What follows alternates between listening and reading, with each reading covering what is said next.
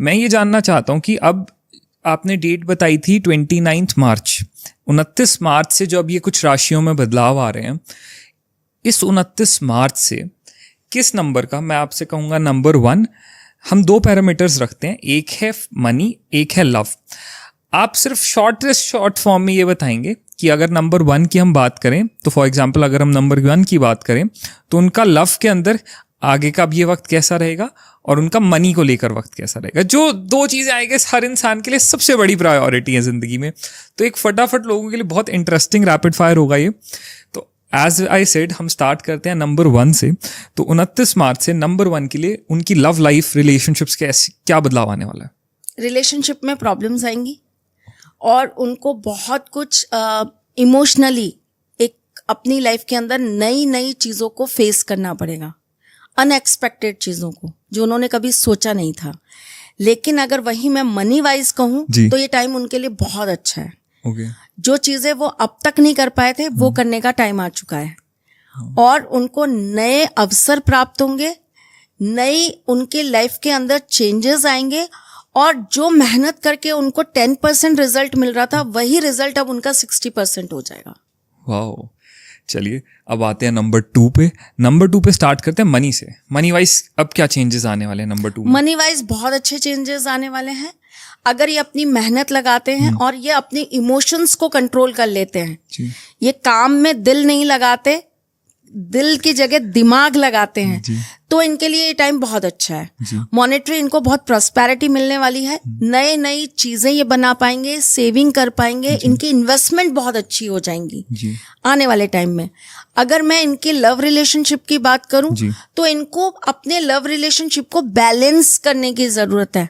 ये नहीं कि ऑल द टाइम हम सिर्फ एक ही थॉट के पीछे चल रहे हैं कि बस हमें अपने पार्टनर के बारे में सोचना है, हमें अपनी लव रिलेशनशिप के या मौज मस्ती, आज यहाँ चले जाते हैं, आज यहाँ घूमाते हैं, आज मूवी दिखाते हैं। नहीं, ये टाइम है अपने प्यार के ताकत को लेकर नए अचीवमेंट्स गेन करने का। तो यानी अब ये टाइम है कुछ अचीव करने का। नंबर 3 के लिए मॉनेटरी अगर मैं बोलूं तो थोड़ी डिफिकल्टीज बढ़ने वाली हैं। इनको थोड़े चैलेंज मिलने वाले हैं, नए चेंजेस इनकी लाइफ में आने वाले हैं, इनको खर्चे बहुत मिलेंगे। लेकिन अगर मैं इनके रिलेशनशिप की बात करूं तो इनको अपनी रिलेशन से बहुत सपोर्ट मिलेगा। नंबर 4 वालों को तो बहुत संभल के चलने की जरूरत है दोनों जगह। अगर मैं परसेंटेज वाइज बोलूं तो मैं 10 से 15% ही दोनों सेक्टर में दूंगी इनको, और इनको हर चीज को ना फूक के करने की जरूरत है। नंबर 4 वालों को धोखे बहुत मिलेंगे, बहुत संभल के।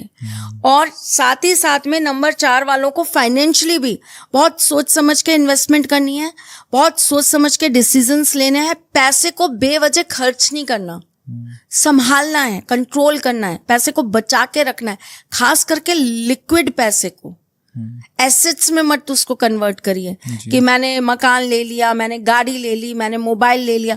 नहीं, आपको अभी लिक्विड पैसा हाथ में रखने की जरूरत है। नंबर 5 वालों के लिए रिलेशनशिप को लेकर थोड़ी मेंटल स्ट्रेस बढ़ने वाली है, हर समय एक उलझन बढ़ने वाली है। आप कहीं ना कहीं अपने रिलेशनशिप को लेकर अनसेटिस्फाइड रहेंगे या आपको कहीं ना कहीं कुछ चीजें हर्ट करती रहेंगी, ठीक है। और रिलेशनशिप एक हस्बैंड वाइफ का, ये बॉयफ्रेंड गर्लफ्रेंड का नहीं होता, बहुत सारे रिलेशंस होते हैं। तो मैं ओवरऑल सबकी बात कर रही हूँ यहाँ पर स्पेशली। कुछ लोगों को ब्रेकअप्स की भी प्रॉब्लम्स झेलनी पड़ेंगी, डाइवोर्स की भी चीजें उनके सामने आएंगी। मॉनेटरी वाइज अगर मैं कहूँ तो जितनी मेहनत उतना फल। नंबर 6 वालों के लिए ये टाइम बहुत अच्छा जाने वाला है, खास करके प्रेम संबंधों को लेकर। उनको अपनी लाइफ के अंदर जो चीज़ें अभी तक नहीं मिल पा रही थी वो सारी चीज़ें मिल पाएंगी। जो लव मैरिज करने के लिए उनको डिफ़िकल्टीज आ रही थी वो धीरे धीरे वो चीज़ें भी उनकी क्लियर होती चली जाएंगी। मॉनेटरी मेहनत बहुत बढ़ जाएगी और रिजल्ट जो है उसके सिर्फ उनको 40% ही मिलेंगे। चलो नंबर 7 वालों को थोड़ा सा सोच समझ के स्टेप बाय स्टेप चलने की ज़रूरत है, तो उनके लव रिलेशनशिप भी स्टेबल रहेंगे और अच्छे से मेंटेन हो जाएंगे। रिलेशनशिप में उनको सपोर्ट बहुत मिलेगा, जो उन्होंने अभी तक सोचा नहीं था, ऐसे वो लोगों के अंदर चेंजेस अपने लिए आते हुए देखेंगे इस टाइम पीरियड में। लेकिन मॉनेटरी इनको थोड़ा सा दिक्कतें रहने वाली हैं कुछ वक्त अभी, बहुत ज्यादा। ओके। नंबर 8। नंबर 8 वालों के लिए ना ये टाइम ड्रास्टिक चेंजेस का है जी। ठीक, तो इनको बहुत सोच समझ के चीजें करने की जरूरत है।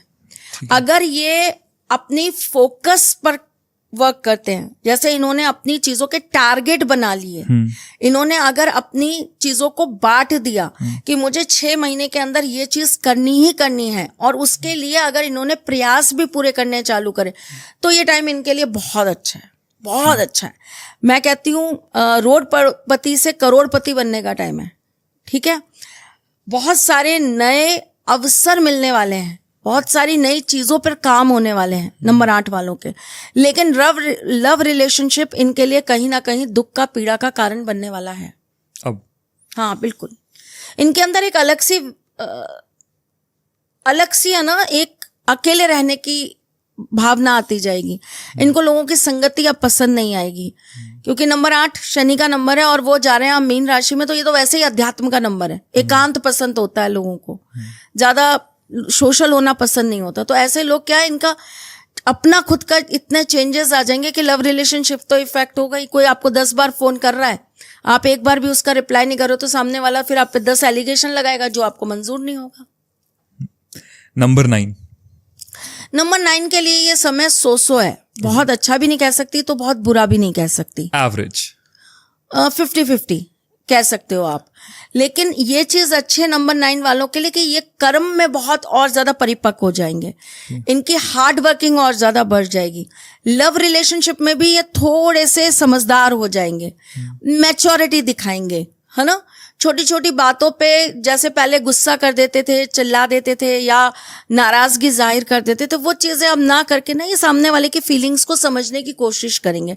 तो चेंजेस तो आएंगे, लेकिन नंबर 9 अगर इन चीजों को अपने अंदर बदलाव में नहीं लाते तो नंबर 9 वालों को बहुत ज्यादा कॉम्प्लिकेशन का सामना करना पड़ेगा, खास करके डाइवोर्स या रिलेशनशिप का ब्रेकअप या घर से लड़ाई झगड़े या आपसी मतभेद, वैचारिक मतभेद, इन सब चीजों का इनको सामना करना पड़ेगा।